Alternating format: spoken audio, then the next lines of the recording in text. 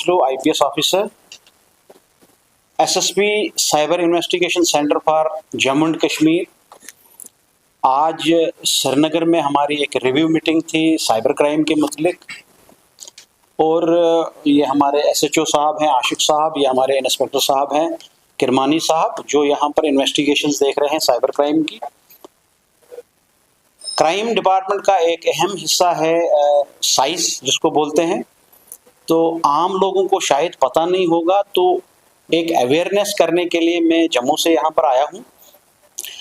चूँकि मैं झेंड के साइबर क्राइम को देख रहा हूँ और हमारे डिस्ट्रिक्ट्स में भी साइबर इन्वेस्टिगेशन सेंटर्स बने हुए हैं, या ये कहो कि government of Jammu and Kashmir ने बहुत अच्छा स्टेप एक उठाया है कि हर डिस्ट्रिक्ट में एक साइबर पुलिस स्टेशन सैंक्शन किया है, जो कि MHA की वसातत से हर डिस्ट्रिक्ट को दिया गया है ताकि लोगों को सहूलियत बनी रहे। प्राइम मिनिस्टर ऑफ इंडिया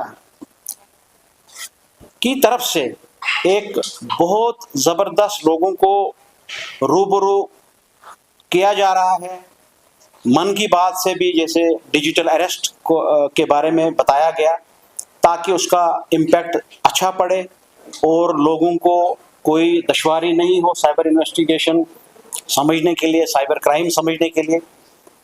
तो गवर्नमेंट की तरफ से भी कोशिश है और हमारी तरफ से भी कोशिश है कि जो आम लोग साइबर क्राइम से जूझ रहे हैं उनको अवेयरनेस दी जाए ताकि उनको कोई साइबर फ्रॉडस्टर ठगे नहीं।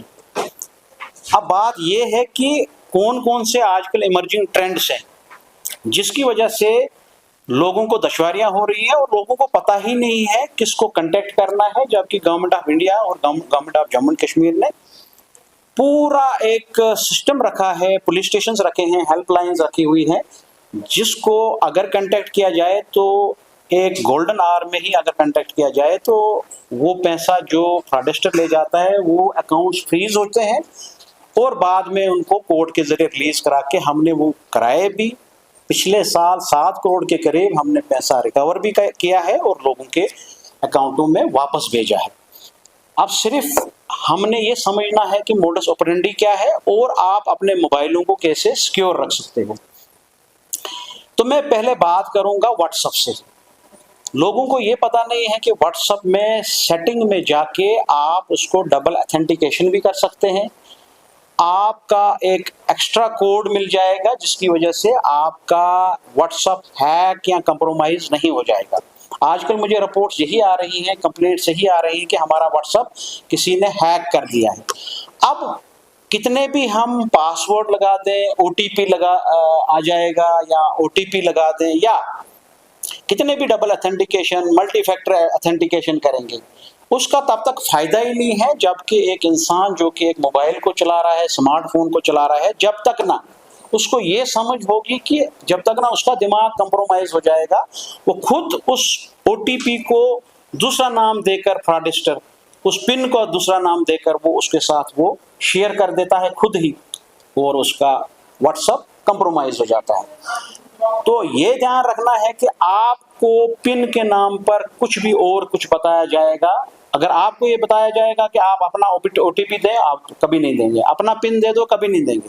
बट जब आप ये बोलोगे कि वो फ्रॉडस्टर आपको इसका कुछ और बता देगा कि आपका पार्सल आया हुआ है, उसका पिन आया हुआ है, वो हमें दे दो, या किसी और चीज़ का OTP आ गया है तो वो हमें अमेज़न का आ गया है वो दे दो। तो इन चीज़ों का सोशल इंजीनियरिंग टेक्निक का इस्तेमाल करके वो OTP और पिन आपसे ले लेते हैं। उससे एक होशियार रहना है।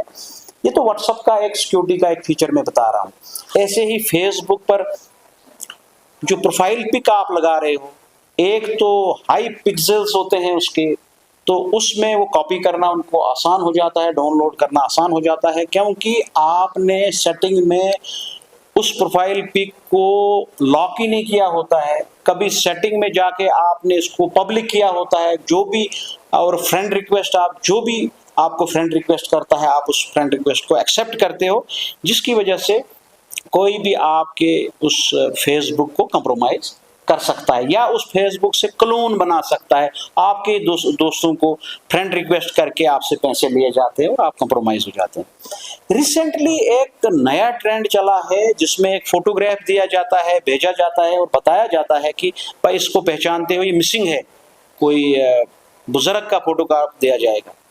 अननोन नंबर से ज्यादा ये आते हैं। वो फोटोग्राफ क्या होता है कि उस फोटोग्राफ के अंदर मेलवेयर छुपा रहता है, समझो बैड वायरस एक छुपा रहता है या ऐसा कोई प्रोग्राम छुपा रहता है, कोड छुपा रहता है जो क्लिक करने के बाद आपको डाउनलोड होके आपके मोबाइल फोन को कंप्रोमाइज करेगा। वहां से आपका सारा डेटा लीक होके आपका जो बैंक की एप्स हैं वो कंप्रोमाइज हो जाएंगी या आपकी गैलरी कंप्रोमाइज हो जाएगी या आपका फोन का जो क्रिटिकल डेटा है वो कंप्रोमाइज हो सकता है। तो बेहतर क्यों ना है कि आपके साथ कोई लिंक दिया जाएगा या आपको कोई क्लिक करने के लिए कोई पीडीएफ दिया जाएगा आपको। हाँ जी, आज पीडीएफ आते हैं कि आपके दफ्तर से आ सकता है, आपका कोई भी भेज सकता है, उसमें भी वो कोड छुपा रहेगा। तो इस वाली मोडस ऑपरेंडी जो है साइबर फ्रॉडस्टर्स की, इसको स्टेगनोग्राफी बोलते हैं। तो मेरी ये गुजारिश रहेगी आवाम को कि कोई भी ऐसा फोटोग्राफ, ऐसा कोई लिंक मत दबाएं या क्लिक करें जिसकी वजह से आपको उस फोटोग्राफ से कोई ऐसा कोड आपके फोन में आ जाएगा जिसमें ऑटोमेटिकली आपका फोन कंप्रोमाइज हो जाएगा। आपने बारहा सुना होगा कि आजकल दो चीजें वैली में बड़ी आम हो रही हैं, वो है पिग बुचरिंग और सेकंड नाम जो दिया गया इस साइबर क्राइम का, उसका नाम दिया गया साइबर स्लेवरी। ये केसेस बहुत आम हो रहे हैं। अभी गवर्नमेंट ऑफ इंडिया ने कम से कम कश्मीर के कुछ बच्चे भी बचा दिए हैं इस साइबर स्लेवरी से। ये आपके कंबोडिया में या म्यांमार के बॉर्डर्स में इनको लिया जाता है बच्चों को, प्लेसमेंट एजेंसीज के तौर पे वो अपने आप को प्लेसमेंट एजेंसीज या कंसल्टेंसीज अपने आप को बताते हैं, या कोई ऐसा कोई वेबसाइट मिलेगा जिसमें ये बताया जाएगा कि आपके बच्चे के लिए कि हम इनको बाहर प्लेसमेंट कराएंगे। होता क्या है, वो प्लेसमेंट के चक्कर में उनको यूएसए का झांसा देकर या किसी और मुल्क का झांसा देकर ये इनको अल्टीमेटली कंबोडिया या म्यांमार बॉर्डर्स पर लेकर वहां पर एक कमरे में बंद कर देते हैं और वहां पर उनसे साइबर क्राइम करवा देते हैं। तो ये वाले केसेस भी आम हो रहे हैं। तो खासकर मैं वालिदैन से और बच्चों से ये एक गुजारिश करूंगा कि ऐसे एजेंसीज में या प्लेसमेंट से पहले इनकी कंफर्मेशन और इनकी वेरिफिकेशन करना बड़ा जरूरी है, नहीं तो आपका बच्चा अल्टीमेटली इस साइबर स्लेवरी का शिकार हो जाएगा। आपने बारहा सुना होगा कि आप अपना मोबाइल किसी भी जगह, एयरपोर्ट या कहीं पर फ्री चार्जर से आप चार्जिंग पोर्ट से अपने मोबाइल को चार्ज करते हैं, वहां पर भी एक साइबर फ्रॉडस्टर या साइबर क्रिमिनल आपका कंप्रोमाइज कर सकता है फोन चार्जर के थ्रू।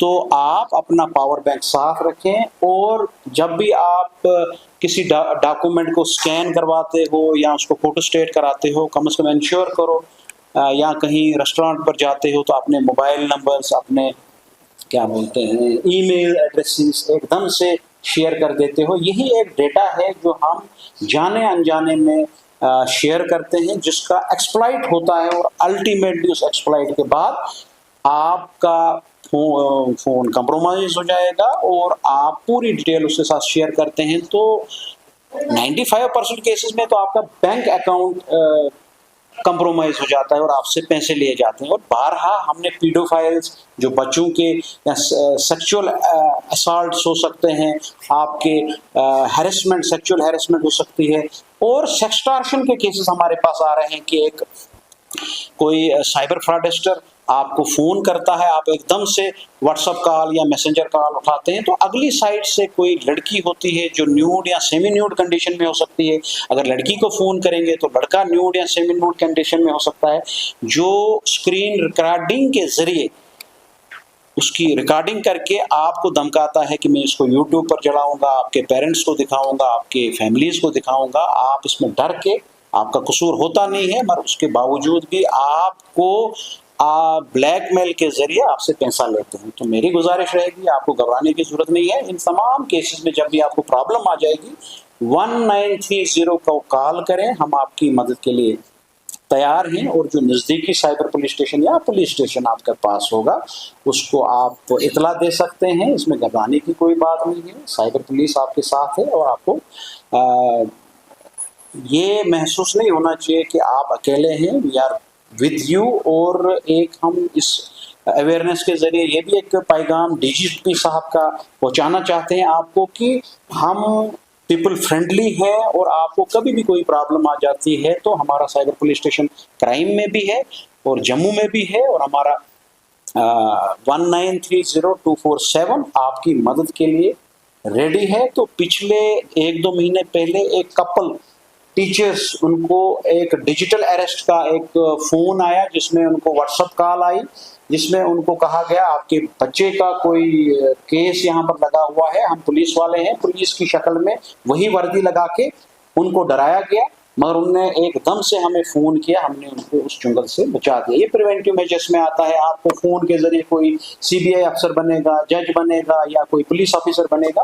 और कभी कभी ऐसा भी होगा आपके फोन पर कोई पुलिस वाला बन के कॉल करेगा या आपका बैंक का एजेंट करके कॉल करेगा। उसको घबराने की जरूरत नहीं है, उसको कोई डिटेल नहीं देनी है। फोन ईमेल के जरिए कोई बैंक या कोई भी एजेंसी आपसे कोई भी डिटेल नहीं लेती। ये अवेयरनेस हमारे हर तबके को जाना चाहिए, चाहे पढ़े लिखे हों या अनपढ़ हों या कम ख्वांदा हों। इसमें साइबर क्राइम में पढ़े लिखे भी उतने ही वल्नरेबल हैं, उतने ही इससे इफेक्ट होंगे जितने आपके कम ख्वांदा या जो ना ख्वांदा लोग हैं। तो मेरी ये गुजारिश रहेगी, ये चंद अब पिग बुचरिंग क्या है, उसमें क्या किया जाता है कि आपको एक लालच दी जाती है। हमें जम्मू में कुछ केसेस ऐसे मिले जिसमें कुछ ऐप्स डाउनलोड करने के लिए बताया गया, जैसे एनएफटी वो ट्रेजर एनएफटी में लोगों ने इन्वेस्ट कर दिया। उसमें क्या होता है पिग बुचरिंग में कि पहले पहले आपको उनमें पैसा मिलता है, 1000 रुपया दोगे 2000 देंगे ताकि आपका ट्रस्ट वो विन करें। जो ही आप इसमें पूरा यकीन कर देते हैं तो आप जो ही हैफ्टी ज्यादा अमाउंट उसमें इन्वेस्ट कर देते हैं तो अल्टीमेटली वो ऐप भी गायब हो जाती है, वो लोग भी गायब हो जाते हैं। ये जो आपका इंटरनेट है ये एक रियल वर्ल्ड है, ये रियल वर्ल्ड नहीं है, ये एक मसनवी दुनिया है। आप फिजिकल वर्ल्ड में रहें, अब इंटरनेट का ज़माना है तो साइबर फ्रॉडस्टर जो आप सोचते हैं कि इंटरनेट पर सारे लोग आपकी वाहवाही और कमेंट्स में अच्छा लिखते हैं, उसमें मैक्सिमम लोग फेक्स एड्रेसेस लेकर कभी लड़की बन के लड़का बन के आपको धोखा देते हैं। तो ये चंद केसेस हैं जो हमारे पास रिपोर्ट हुए हैं आजकल नए वाले। वैसे तो मोडस ऑपरेंडी बहुत है, तो मैं चाहता हूं कि मैं इससे पहले कि मैं आपके क्वेश्चन आंसर ले लूं, थोड़ा सा मैं आपको ये बता दूं कि अगर आपने जो आजकल नया एक ट्रेंड चला है कि आपसे कोई फ़ोन लेगा और कहेगा कि मेरा फ़ोन ऑफ हो गया है तो मुझे घर फ़ोन करना है। अनजान बंदा होगा, आपसे फ़ोन लेगा, उसने फ़ोन नहीं करना है, उसमें कोड दबा के अपने फ़ोन पर वो आपके कॉल्स फॉरवर्ड कर सकता है, जो आपके OTPs पर आके आपका फ़ोन और आपका जो बैंक है का अकाउंट है वो कंप्रोमाइज़ हो जाएगा। उसको ठीक करने के लिए आपने अपना ये कभी नहीं देना है। और अपने मोबाइल को चेक करने के लिए *#67# तो अगर आप प्रैक्टिकली भी यहाँ पर ये कर लेंगे तो उससे आपको पता चलेगा कि आपका फ़ोन कंप्रोमाइज़ है कि नहीं है। अगर कंप्रोमाइज़ होगा तो उसके लिए भी हमारे पास एक एक्सरसाइज है जिससे हम उसका वो या सेटिंग में जाके हम उस फॉरवर्ड नंबर को वहाँ से निकाल सकते हैं।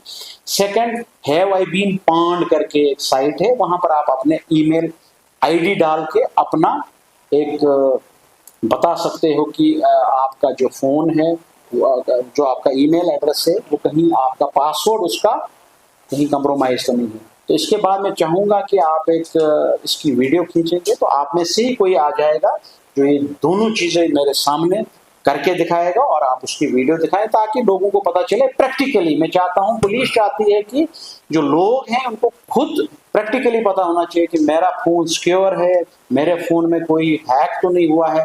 तो वो अगर खुद जानेंगे इस चीज़ को, रादर देन डिपेंड होना किसी पर कि मेरे फ़ोन को ऐसा करके दो, वैसा करके दो। मैं नहीं चाहता हूँ, हमारा यही कोशिश है, गवर्नमेंट की यही कोशिश है कि आप और हमारे डीजी साहब की भी यही कोशिश है कि हम लोगों को सक्षम करें और उनको बिल्कुल कैपेबल बनाएं कि वो अपना एड्रेस, अपना फ़ोन, अपना मोबाइल खुद चेक करें कि इसको कंप्रोमाइज़ हुआ है, नहीं हुआ है।